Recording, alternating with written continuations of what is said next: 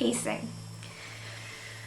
Where do we begin with pacing? Pacing is so incredibly challenging for somebody with a chronic illness, and it's something that's probably on the top of the list of things that you need to do in order to get better, because you have to learn your limits when you have POTS, and the limits are new, and that's what's so difficult, because a lot of you have gone from being healthy individuals to individuals who are very, very sick, and that's very hard to adapt to, and that's been one of my hardest things to deal with. As I've gotten to know a lot of people with POTS over the years, I found that there are people who deal with it in different ways. I have friends who probably don't push themselves enough, and I have friends who overdo it and push themselves too much. And it's really a shame, because I know how difficult it is, and I'm definitely the same way. I have weeks where I don't push myself hard enough and weeks where I push myself too hard. But I'm starting to find my limits and figure out what works best for me. For me, taking breaks in between any type of activity is crucial. If I go out with friends, I come home and I rest. Then I might go to dinner at my family's house later on. After doing this video, I'll lay down for a while and rest, and then maybe I'll get up later and do something else.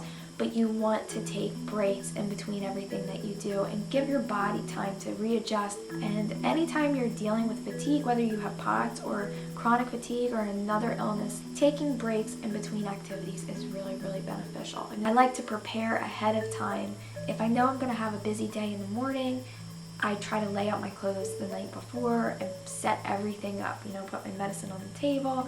And I've gotten better about this. Some nights I just want to go straight to bed. I'm so tired and I don't bother with it. But it really is helpful to wake up in the morning and say to yourself, okay, I might be exhausted and I know I have a lot to do, but it's less overwhelming. Kind of take it one thing at a time like that. Another thing when it comes to pacing is I find that if I take one day off, if I go to classes one day and the next day I rest, or I go out with friends one day and the next day I rest. So it's kind of one day on, one day off. Azula Marilla 1 recommended Reiki and acupuncture. I have a friend who's done acupuncture. She says it's made a big difference. I know a lot of people who have benefited from licorice root. As far as I know, that helps you maintain salt and water. I've heard that some people have really benefited from massage therapy. I used to do it.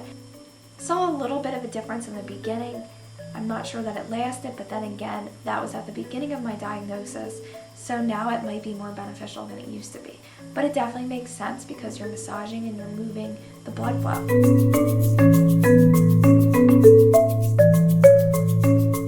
When explaining dysautonomia to people, it can be very overwhelming, and I'm finding more and more that the best way to explain it to people that you just met or acquaintances is to simplify, simplify, simplify. So you want to say something like, I have low blood pressure.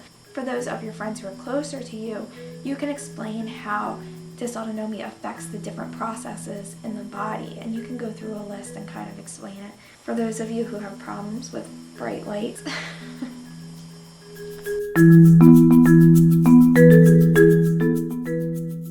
it's helpful to bring sunglasses, earplugs if you're sound sensitive. I think it's important to get a lot of sleep with dysautonomia. Sleep is important in general. Anytime you're suffering with a chronic illness, you're going to need more sleep than you would normally. I have a friend who sleeps 12 hours a night, and she says she can't go on with her day without 12 hours. I'm still trying to find what works for me. It's really important that you go to sleep by 10. And I'm saying this from an adrenal standpoint because I also have adrenal problems. But I wouldn't be surprised if a lot of people with POTS have adrenal problems as well, because your adrenal glands are basically the glands in your body that cope with stress. And anybody suffering from POTS is unfortunately dealing with stress.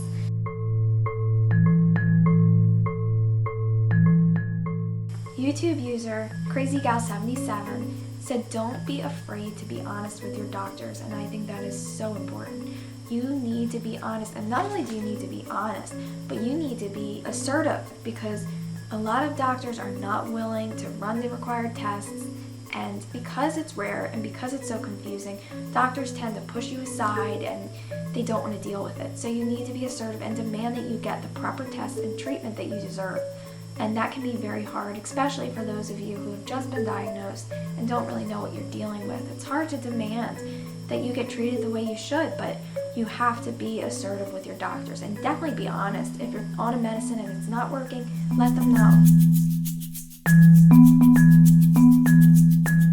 I've heard that some people really benefit from magnesium and from vitamin D, magnesium especially, and I did myself notice a big difference when I started taking it. I felt more energized and more alert. I think it's probably helpful to take a multivitamin as well. Just make sure. I actually found a multivitamin in the store the other day that had caffeine added to it, so you want to be careful and make sure you look at the ingredients. It's also helpful to eat 6 small meals a day instead of 3 large meals. As for taking showers, that can be a task in itself. Ash Paws recommended a shower chair, which I use from time to time as well. YouTube user Artsy Stacy recommended letting your feet soak in cool water before getting out of the shower. She says that this can constrict the blood vessels, which raises your blood pressure so that you don't faint when you get out.